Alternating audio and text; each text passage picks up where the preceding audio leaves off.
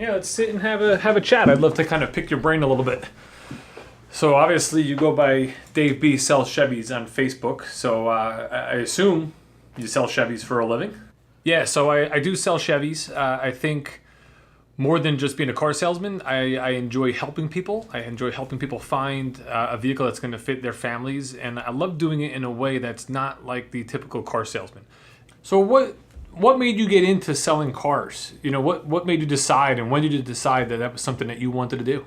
I've always been a car guy. You know, I've always had the Matchbox cars, the Hess trucks, you know, everything growing up. So I've always been into cars. Right. I used to have those when I was a kid as well. I went to college for graphic design. Didn't really do anything right out of school as far as a career because I was working in the banking industry and I was doing very well. So I was happy there. The bank I worked for was bought out and we were all laid off.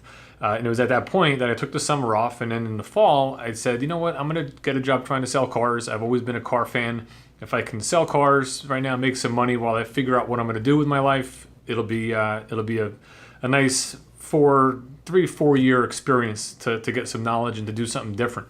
Okay. Turns out here I am 12 years later, still doing it, but I built it into a career, and I really like it. I really enjoy it. So you're obviously in test drive a lot of vehicles. You're with a lot of customers, random strangers driving cars. Have you ever had a real crazy experience on a test drive? I did have one crazy experience one time. I had a customer come in. Mother-daughter combination. Mother was probably in her mid to late 80s. She wanted to buy this Malibu that we had.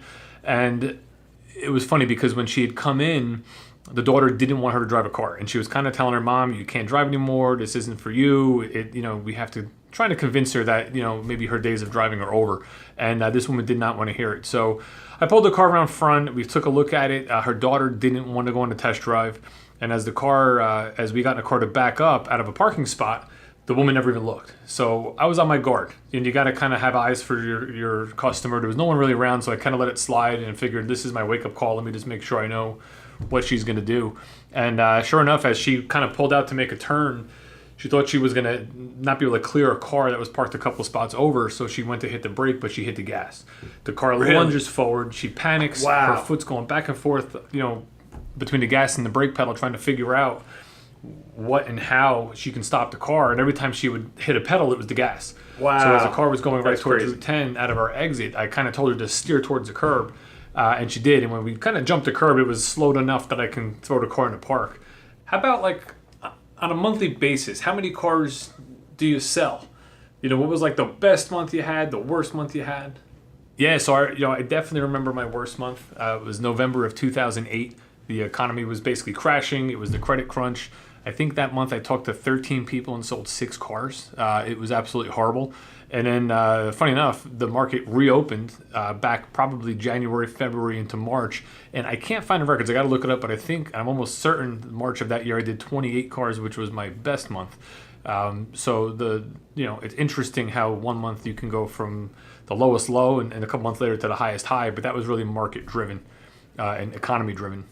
It's crazy to think how the economy really drives the market and can just completely change what your average totals are. Do you have a favorite car to talk about? A favorite Chevy vehicle? So right now, a favorite car to talk about, I would say is probably the Chevy Volt. My wife and I leased one. I have one for about 7 months now. Absolutely love the car. The car does about 60 miles on electric only. So in a given day, my wife never uses gas. No pollutants into the atmosphere. She absolutely loves it. However, there's a backup generator that runs. It's got a 9-gallon fuel tank. So for instance, a couple months ago, we went to Hilton Head, South Carolina. We drove the car. The car gets 42, 43 miles per gallon out of it. You fill it up at any gas station, and then if you can plug it in wherever you are, you plug it in. Right. Well, Dave, I just want to thank you for taking some time to talk to me, and I really appreciate the questions that you answered. And yeah, thanks for coming by. I appreciate you coming by and asking me a few questions. Next time you need a car, let me know. Come on down. When I need a car, I know where I'm going to go. I know who I'm going to come see.